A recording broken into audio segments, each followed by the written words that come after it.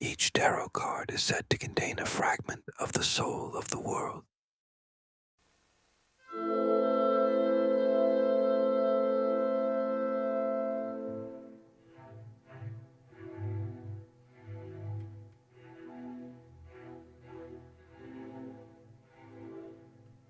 A symbol, a warning,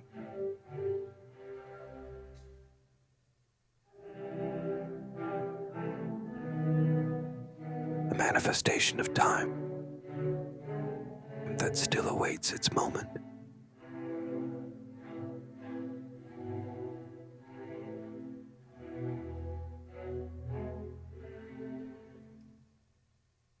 One winter night,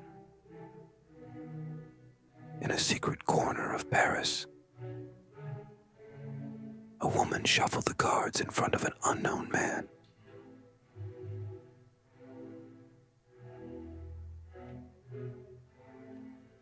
He saw power. She just wanted to understand destiny. When the last card fell on the table, the fire flickered.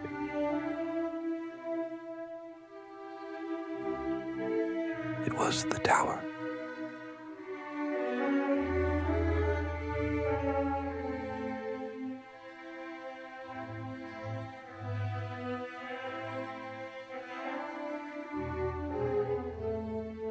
That silence marked the beginning of the end of an empire that had not yet been born.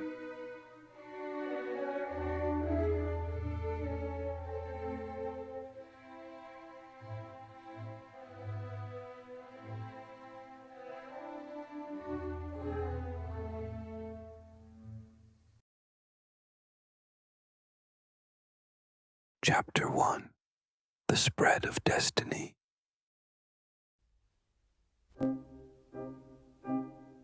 Paris, 1798. The city still smells of smoke and fear. Heads no longer roll, but shadows still lurk around corners. In the damp alleyways, a woman receives visitors at nightfall.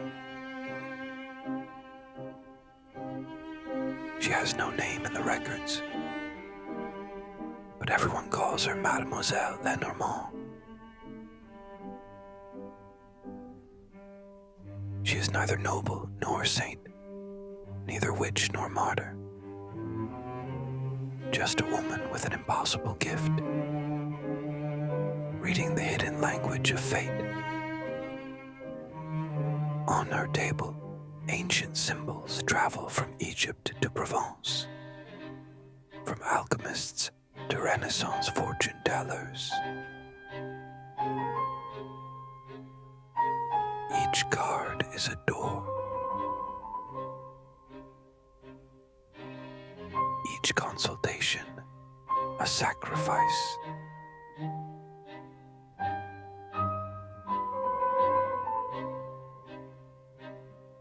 That night, an unexpected visitor arrived. He was dressed simply, but his gaze carried more weight than the swords hanging on the walls. His name was Napoleon Bonaparte. Newly promoted after his campaigns in Italy, the young general was searching for answers. Power lay before him, but so did the abyss.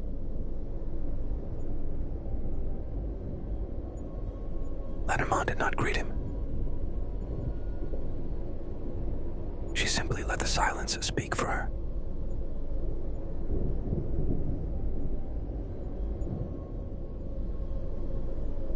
First card, the magician.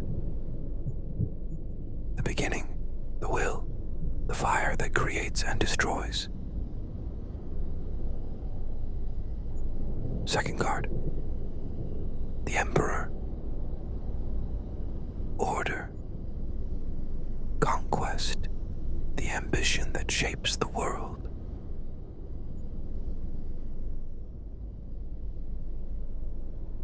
Third card, the Tower.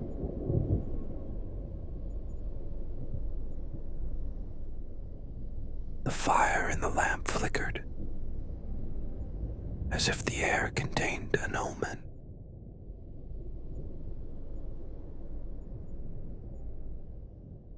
You will rise, General, higher than anyone else, but everything that rises eventually falls.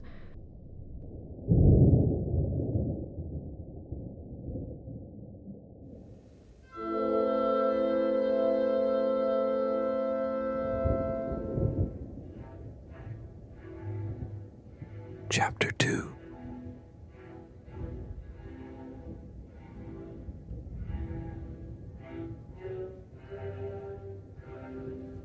The Omen of the Empire.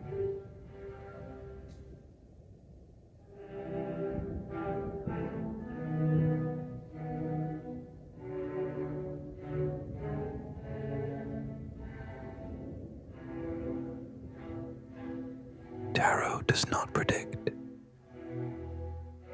Tarot reveals. It does not show the future,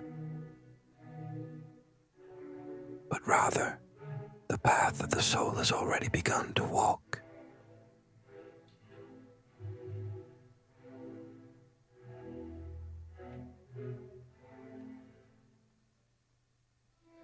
Lenormand did not guess. She remembered. She said that the cards speak in dreams, and that those who listen to them while awake are condemned to see the inevitable. Napoleon returned many times. Arrogant, he no longer sought advice, only confirmation. The wheel of fortune turned. The chariot advanced, and the tower always awaited him at the end. When he was crowned emperor, Lenormand did not attend the ceremony.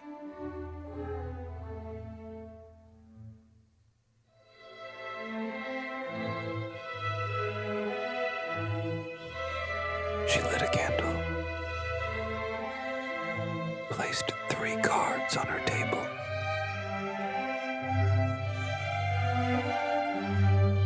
and said softly, Now destiny no longer needs my hands.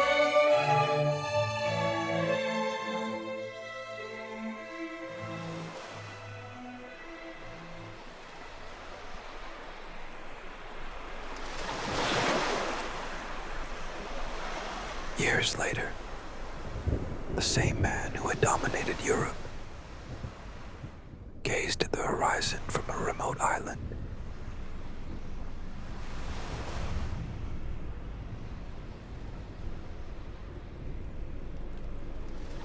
His armies destroyed, his crown broken,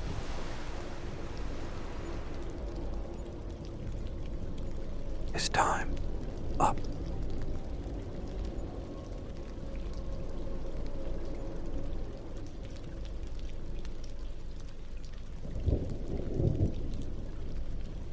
In a letter to Josephine, he wrote,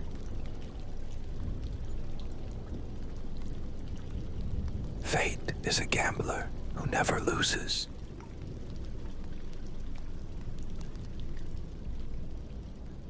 Lenormand still lived in Paris,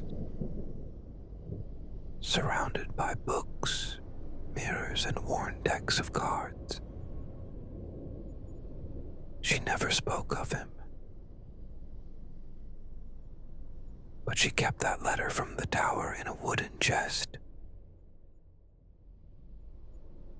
along with a note written in her own hand.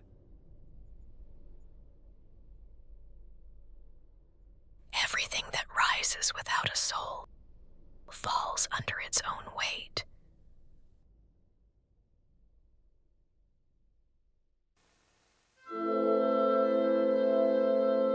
Chapter 3: The Cards of the Soul.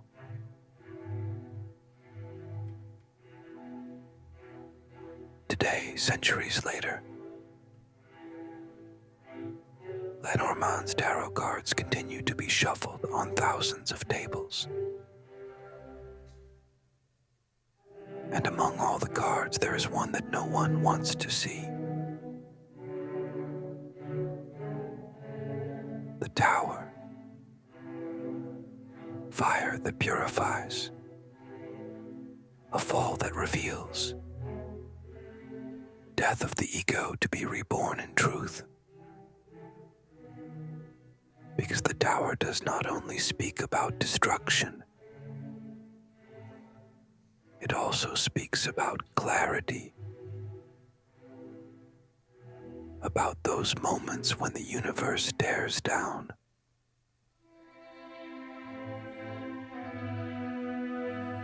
What can no longer be sustained. And in that collapse, the soul understands that losing everything is sometimes the only way to see with new eyes. Perhaps that is why Napoleon feared that image so much. Not because it heralded his ruin,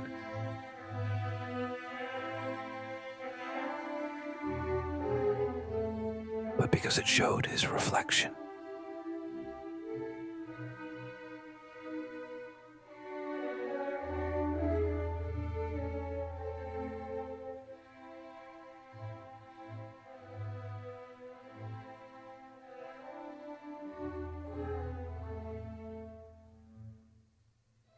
They say that when a card slips out of the deck on its own, it is the soul that responds.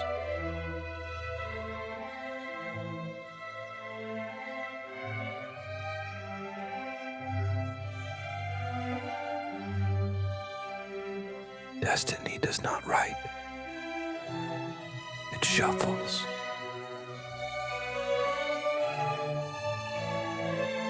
And every time a card is turned over, a story is reborn.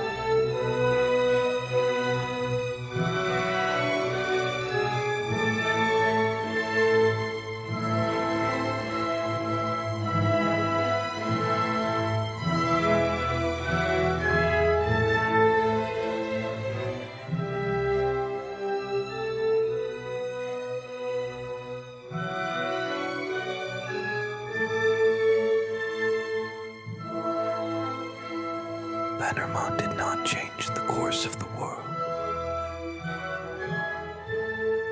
She only revealed it ahead of time.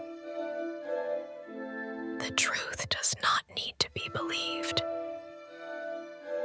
It only needs to be heard.